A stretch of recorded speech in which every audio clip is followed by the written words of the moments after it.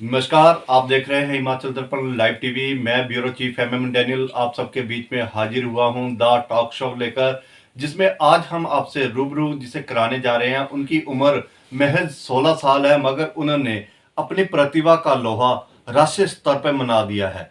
हम बात कर रहे हैं फरहान मिर्जा की, जिन्होंने हाल ही में भोपाल में आयोजित 64वीं राष्ट्रीय स्तरीय राइफल चैंपियनशिप में कांस्य पदक हासिल करके हिमाचल ही नहीं बल्कि जिला चंबा का भी नाम पूरे देश भर में ऊंचा किया है। आप सबके बीच में ज्यादा समय न लेते हुए हम आपको सीधा बातचीत के लिए मुलाकात कराते हैं फरहान मिर्जा से। फरहान मिर्जा जी, हिमाचल दर्पण लाइव टीवी में आपका स्वागत है। धन्यवाद। हमें बताएंगे आपका ये सफरनामा कैसे शुरू हुआ और कैसे आप राष्ट्रीय स्तर तक पहुंचे, आप में कैसे ये रुचि आई? हिमाचल दर्पण लाइव टीवी का मैं धन्यवाद करता हूँ। कैसे आपने अपना ये खेलों का सफर शुरू किया, जिसमें राइफल को ही आपने क्यों चुना जबकि अन्य बहुत सारी गेमें मौजूद थी? 2015 में मैं पहला डिस्ट्रिक्ट राइफल शूटिंग चैंपियनशिप खेला था, जो कि मेरे फादर जी ने खिलवाया था। उनको शूटिंग का बहुत ज़्यादा शौक़ था। उन्हें देखते देखते मुझे भी शौक़ बढ़ता गया और वैसे ही मेरे फादर साहब ने मेरे को आगे पहुंचाया। फरहान जी, आपके उम्र में बहुत सारे बच्चे अन्य गेमें जैसे क्रिकेट है, हॉकी है, फुटबॉल है, ये सब गेमें खेलते हैं, पर आपने राइफल को ही क्यों चुना अपनी गेम में? राइफ़ल को मैंने इसलिए चुना क्योंकि मेरे फादर जी पहले स्टार्टिंग से ही राइफ़ल शूटिंग चैम्पियनशिप करते आ रहे थे। इसी से मेरे फादर जी ने मुझे भी राइफ़ल शूटिंग चैम्पियनशिप का इंटरेस्ट डाला, जिसके चलते मैं प्रैक्टिस करता गया और इसमें मेरा आगे चयन होता गया। फरहान जी, कैसे कैसे आपके दौर रहे? हम सबसे पहले उन दौरों के बारे में जानने से पहले दर्शकों को ये बता दें, फरहान जी अपने पिता के बारे में थोड़ी सी इंट्रोडक्शन दे, ताकि तमाम दर्शक भी ये जान सके कि आपके पिता कौन है और वो क्या क्या करते हैं। स्टार्ट। मेरे फादर जी शॉपकीपर हैं और नगर परिषद के पार्षद भी हैं। तो मेरे पापा स्टार्टिंग बचपन से ही राइफ़ल शूटिंग खेलते आ रहे हैं। इसी के चलते पापा को देखते देखते मुझ में भी इंटरेस्ट बढ़ता गया। और पहली बार फरहान जी आपने कब प्रतियोगिता में भाग लिया और उसमें आपको कैसा अनुभव रहा? पहली बार मैंने 2015 में डिस्ट्रिक्ट राइफ़ल शूटिंग चैम्पियनशिप खेली थी, जिसमें मैं गोल्ड मेडल हासिल किया था। और उसके बाद ये क्रम लगातार जारी रहा। और राज्य स्तरीय कब खेला और उसमें कैसी पोजीशन रही आपकी? उसके बाद मैं प्रैक्टिस करता गया। 2016, 2017, 2018, 2019 में भी। 2020 में मैंने स्टेट राइफ़ल एसोसिएशन से डिस्ट्रिक्ट सिरमौर में मैंने स्टेट खेला था, जिसमें मैंने उसमें अपनी इवेंट में गोल्ड मेडल लिया था। जी।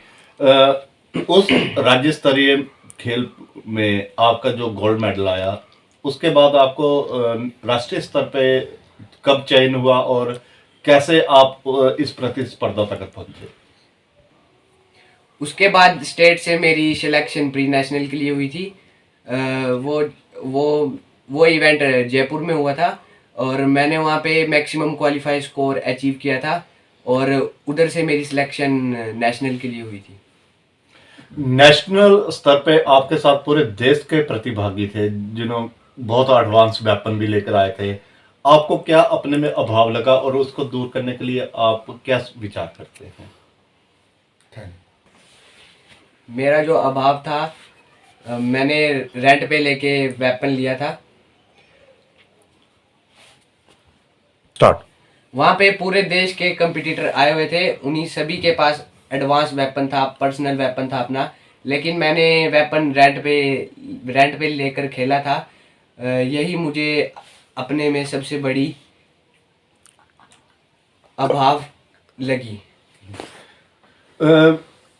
फरहान जी, इस अभाव को दूर करने के लिए आप सरकार, प्रशासन या जो राइफल कंपटीशन के स्पॉटर है, उनसे क्या अपील करना चाहेंगे? मेरी प्रशासन और सरकार से यही मांग है कि वो मुझे अच्छा सा वेपन प्रोवाइड करवाएं। सर, चंबा में आपको प्रैक्टिस करने के लिए कहाँ स्थान है और वो क्या कमी रही है? हमें सुनने में आया कि चंबा में जो राइफल कंपटीशन से जुड़े प्लेयर हैं उनको पूर्वाभ्यास करने में मुश्किल आती है। मेरे पास प्रैक्टिस करने के लिए कोई जगह नहीं थी। मैंने घर पे ही छोटी सी जगह में अपनी ड्राई प्रैक्टिस की और उसी से जो भी स्कोर अचीव किया है वही मेरा स्कोर वहाँ नेशनल पे रहा है। नेशनल स्तर पे जहां स्कोर अचीव करने वाले फरहान मिर्जा है, हमारे साथ तो मौजूद उनके पिता खालिद मिर्जा भी है, जो एक पार्षद चुगानवाड़ से हैं, एक व्यवसायी है।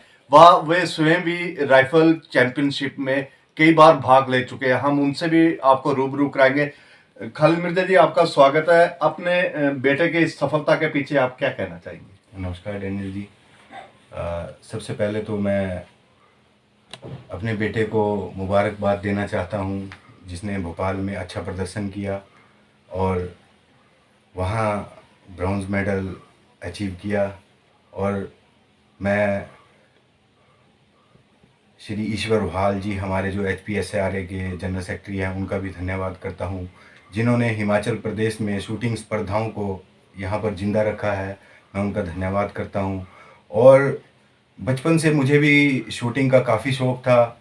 मैं भी कंपटीशन में भाग लेता था।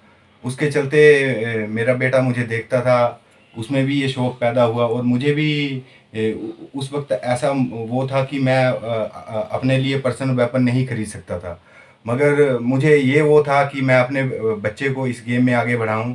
और आज मैं हमारे रिटायर्ड सोहन लाल जी हैं, उनके वेपन से ये खेला है।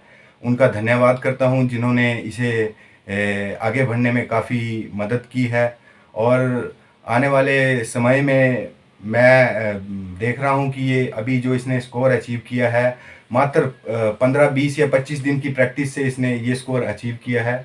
और आने वाले समय में अगर इसका पर्सनल वेपन आएगा तो इससे भी अच्छा ये आगे प्रदर्शन कर सकता है और नेशनल लेवल, इंटरनेशनल लेवल पर भी ये मेडल ला सकता है, अपने इंडिया को रिप्रेजेंट कर सकता है। और मैं ज़िला प्रशासन से भी मांग करता हूं कि चंबा में ना ही कोई रेंज है और ना ही यहाँ पर कोई वेपन है। हमें जो है यहाँ पर रेंज उपलब्ध करवाई जाए।